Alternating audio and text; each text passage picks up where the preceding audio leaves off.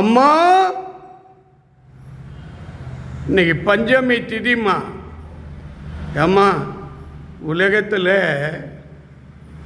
இந்த ஆண்களும் பெண்களும் படுற துன்பம் கொஞ்சம் நெஞ்சம் இல்லைம்மா. ஒரு குடும்பத்தில் பட முடியாது, இனி துயரம் பட முடியாது, பட்டதெல்லாம் போதுன்னு வள்ளல் பெருமான் நடராஜ பெருமான்கிட்ட அழுதாராம். அந்த மாதிரி ஒவ்வொரு குடும்பத்திலையும் வருமானம் இல்லாதவர்கள் எவ்வளோ பேர், நோயால் பாதித்தவங்க பெரிய அளவில் இருக்காங்க.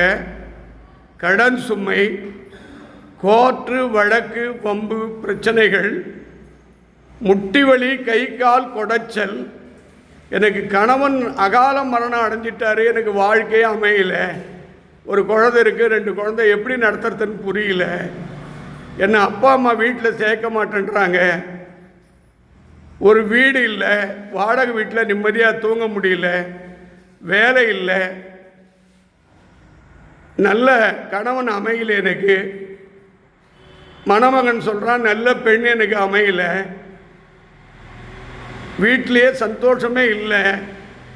இந்த 7.5 சனி உள்ளவங்க பல பேர் ஆட்டி படைக்குது. அஷ்டமா சனி, அஷ்டமா குரு, அஷ்டமா ராகு கேது, இதெல்லாம் மிக மோசமான கிரகங்கள். இந்த கிரகத்தில் அம்மா பல பசங்களுக்கு சின்ன வயசுலேயே வாழ்க்கையை தொலைச்சிடுறாங்க. சின்ன வயசுலேயே பெண்கள் வாழ்க்கையை தொலைச்சிடுறாங்க. உண்மை இல்லை, ஒழுக்கம் இல்லை, சத்தியம் இல்லை. ஒவ்வொருத்தருக்கும் ஒவ்வொரு பிரச்சனைகள் இருக்குது, தீர முடியாத வலி இருக்குது, ஆனந்தமான வாழ்க்கை இல்லை, சந்தோஷமான பிள்ளைகள் இல்லை, நல்ல குடும்ப சூழ்நிலை அமையல. எவ்வளவு செல்வ சீமானோ அவசப்படுறான். பணம் வச்சிருந்து என்ன பிரயோஜனம்? நீங்கள் தயவு கூர்ந்து அம்மா 3 பழம் ஒரே நிமிஷம் முக்கணியே கொடுத்தா.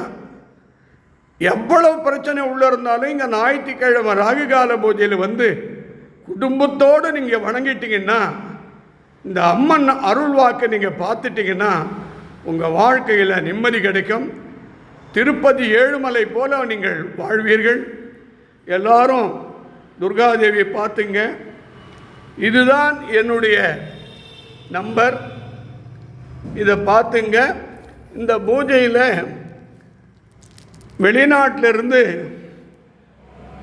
சுகீர்த்தா, அவங்க அம்மா செல்வம் ராணி, அவங்க கணவர் ஐயாதுரை, மகன் மகள் சக குடும்பம் நிம்மதியாக இருக்கணும்.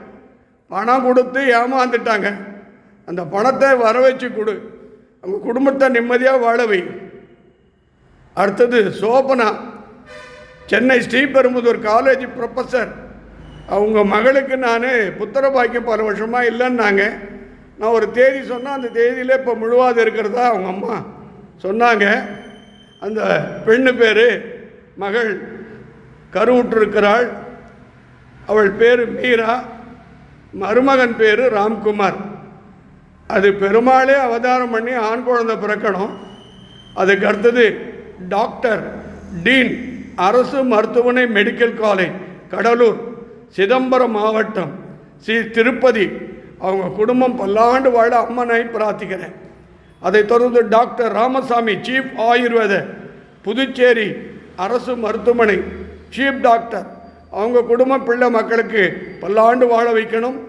அடுத்தது கிஷோர் குமார், அவங்க குடும்பத்துக்கு நல்லொருள் புரியணும்.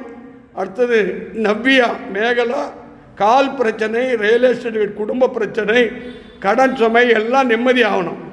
சாலனி ஜெகன், நல்ல வேலை இலங்கையில் கிடைக்கணும், நல்ல ஆனந்தமாக வாழணும், அந்த குடும்பத்திற்கு நீ துணையாக இருக்கணும், ஒரு பழம் கொடுத்துருக்கேன்.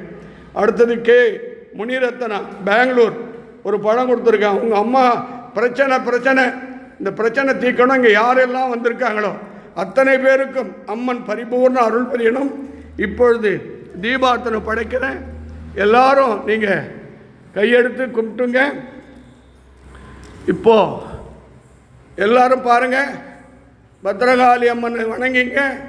இந்த பூஜையில் உங்களுக்கு எல்லா ஆனந்தமும் சந்தோஷமும் கிடைக்கட்டும்.